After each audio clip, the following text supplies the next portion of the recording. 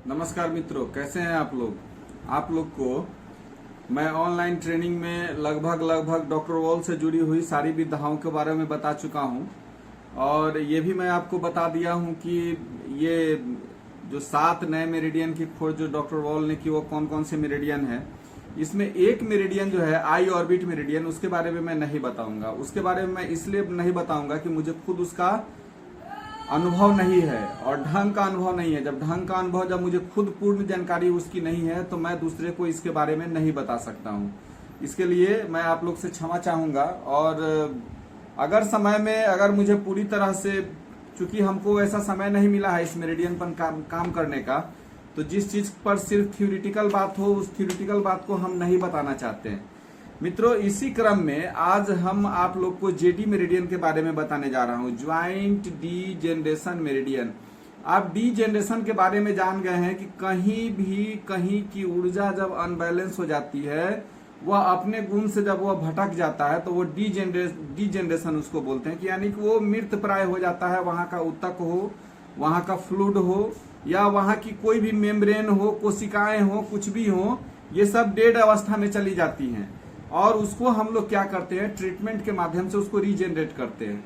आपको ये भी जानकारी होगा कि अब इसको बताने में अब ये नहीं है कि अब कि किसकी ऊर्जा बढ़ी है और किसकी ऊर्जा घटी है। और आपको ये, आप एक्यूप्रेशर थेरापिस्ट हैं तो आपको यह जानकारी है कि किसकी ऊर्जा को कम किया जा सकता है और किसकी ऊर्जा को बढ़ाया जा सकता है।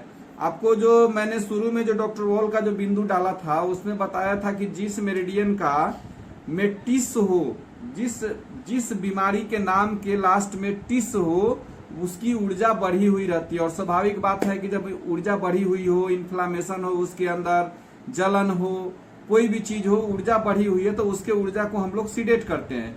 और जहां पर सिस हो, गांठ हो जाए, फाइब्राइड हो जाए, स्टेसिस हो जाए, ये बहुत सारी चीजें हैं। जहां पर सिस हो उस स्थिति में वहां के ऊर्जा को हम लोग क्या करते हैं, वहां ये उसकी ऊर्जा घटी हुई रहती है तो उसकी ऊर्जा को हम लोग बढ़ाने का प्रयास करते हैं। ये इसमें कहीं से दुमत नहीं है। मित्रों, इसी क्रम में आज मैं आपको ज्वाइंट डी जनरेशन मेरिडियन के बारे में बताने का प्रयास करूंगा। ज्वाइंट किसको कहते हैं, सबसे पहले हमको यह जानना जरूरी है कि ज्वाइंट किसे कहते हैं।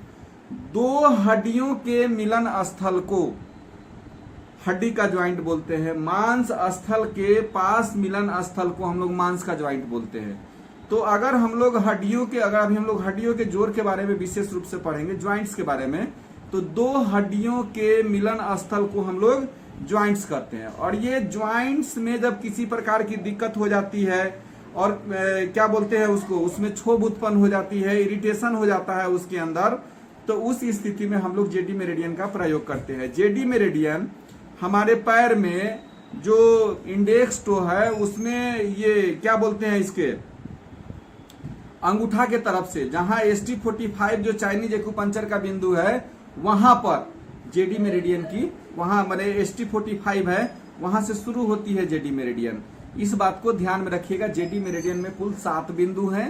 JD1, JD1B ऐसे करके जेडी क्या बोलते हैं, JD1, JD1B और भी बहुत सारे बिंदु है। JD1C है, उसके बाद है JD2 है और JD3 है। यानी कि इसमें कुछ CMP के बिंदु हैं, कुछ और चीज के बिंदु हैं। इसके बारे में मैं आपको विस्तार से जानकारी दूंगा। आपको हमेशा याद रखना है कि इस बात को आप हमेशा याद रखेंगे कि हमारे ज्वाइंट्स में कहीं क्षोभ उत्पन्न हो तो हम डॉक्टर वॉल के जेडी मेरिडियन का पॉइंट को यूज कर सकते हैं और बहुत अधिक प्रभावी यह पॉइंट है। हमारे हरीश जी हैं इस ग्रुप के अंदर, हरीश जी जेडी का प्रयोग बहुत अधिक करते हैं। कहीं जोर उर में कुछ होता है तो बोलते हैं गुरुजी ये जेडी का पॉइंट लगाया। चूंकि मैं इसलिए नहीं इनसे इस मैटर में डिस्कशन करता हूं, जब ये बोलते हैं, चूंकि जब मैंने इसके बारे में इनको जानकारी नहीं दिया है तो इस पर डिस्कशन करना मैं अच्छा नहीं समझता था, लेकिन अब इनसे हम डिस्कशन कर सकते हैं। जोड़, बहुत सारे जोड़ है हमारे पास।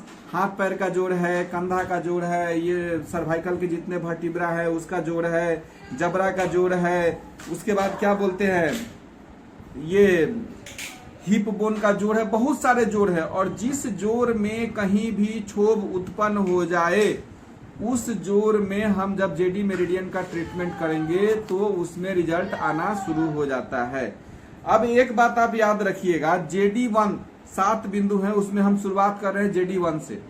अगर किसी के जोड़ में या जोड़ संबंधी अपजनन, यानी कि आपके क्या बोलते हैं, पेड़ू से, कुल्हा से लेके, लंबर स्पाइन से लेके, और क्या बोलते हैं, पैर में कहीं के जोड़ में किसी प्रकार की दिक्कत होती है, दोनों पैर में कहीं भी दिक्कत हो, चाहे आपके पैर की अंगुली के जोड़ में दिक्कत हो, पैर के टखना के जोड़ में दिक्कत हो, पैर के घुटना के जोड़ में दिक्कत हो, हिप जॉइंट में दिक्कत हो, यानी कि आप लंबर स्पाइन से नीचे तक के जितने मनके हैं उसके जोड़ में कहीं किसी प्रकार की दिक्कत हो जाती है, उस स्थिति में हम JD1 का प्रयोग करते हैं। इस बात को हमेशा ध्यान में रखिएगा।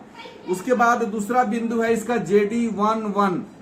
JD1 और JD1-1, यह जो है कहीं भी जब टॉक्सिक इरिटेशन आ जाता है जोड़ के अंदर, कहां पर, इस जोड़ के नीचे कहीं भी टॉक्सिक इरिटेशन आ जाए, जलन हो जाए, क्या बोलते हैं, क्षोभ उत्पन्न होना शुरू अगर वहां पर हो जाता है, उस स्थिति में हम इसका प्रयोग करते हैं। लेकिन एक बात आप ध्यान रखिएगा, हम अर्थराइटिस की बात कर रहे हैं। अर्थराइटिस ठीक है, अर्थराइटिस में हम लोग क्या करते हैं कि JD1 को और JD1B को और JD1C को सीडेट करते हैं अधिकांशतः मामले में। लेकिन अगर ऑस्टियोआर्थराइटिस हो जाए, उस स्थिति में आप बैलेंस करेंगे, हम टोन करने की बात नहीं करेंगे। लेकिन ऑस्टियोआर्थराइटिस के अंदर क्या होता है, पृथ्वी और जल की मात्रा बढ़ जाती है और अग्नि की मात्रा घट जाती है, और अग्नि जो है हमारे शरीर में सर्कुलेशन का काम करता है। इस बात को आप हमेशा ध्यान में रखिएगा कि जब आप ऑस्टियोआर्थराइटिस का ट्रीटमेंट करते हैं तो JD के जितने ज्वाइंट्स हैं उस पर आप स्टार मैग्नेट का प्रयोग करें, बैलेंस करने का प्रयास करिएगा, बाद बाकी जो है उसको आप सीडेट कर सकते हैं।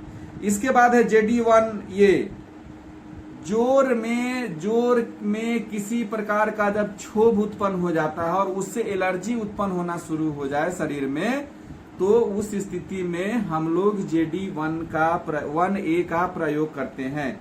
यह मेजरमेंट पॉइंट है, जोड़ में कहीं भी एलर्जी हो जाए, जोड़ में पेन आने के बाद वहां पर खुजली हो जाए, वहां पर नोचनी हो जाए, या किसी प्रकार की एलर्जी जब जोड़ में कुछ शुरू हो, उसके आसपास में जब एलर्जी की समस्या शुरू हो जाए, तो हम लोग जिस एरिया में है उस एरिया के बिंदु को पकड़ेंगे, इसके कंट्रोल मेजरमेंट पॉइंट को, इसके बारे में आगे बताएंगे, और उसके साथ हम क्या करेंगे कि JD1A को पकड़ेंगे और JD1A का जब ट्रीटमेंट देंगे तो वहां के जो एलर्जी की समस्या होगी, वहां के जो क्षोभ की समस्या होगी, वह धीरे धीरे चली जाएगी।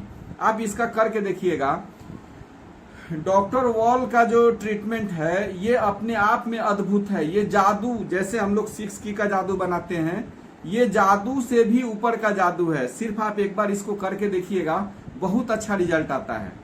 इसको आप करिएगा, आपको पता चल जाएगा। इसमें मैं आपको सिर्फ इतना ही बताऊंगा, अगले वीडियो में अगली जानकारी दूंगा। ध्यान रखिएगा, मैंने आपको JD1 के बारे में बताया, JD1 के बारे में बताया और JD1A के बारे में बताया।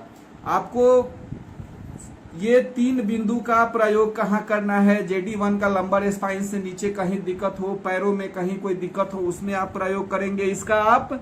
उसके बाद है कि अगर टॉक्सिक इरिटेशन हो जाता है हमारे शरीर के किसी भी जोड़ में, खास करके अगर लंबर स्पाइन से नीचे, तो उसमें इसका प्रयोग करेंगे। और जोड़ में कहीं एलर्जी हो जाए हमारे पूरे शरीर में तो JD1A का प्रयोग करेंगे। अगर क्षोभ जोड़ में हमारे कहीं भी उत्पन्न होता है तो उसमें भी JD1 का प्रयोग आप कर सकते हैं। इन्हीं बातों के साथ नमस्कार, धन्यवाद। अगले वीडियो में अगली जानकारी दूंगा, तब तक के लिए नमस्कार, धन्यवाद, जय हिंद, जय भारत।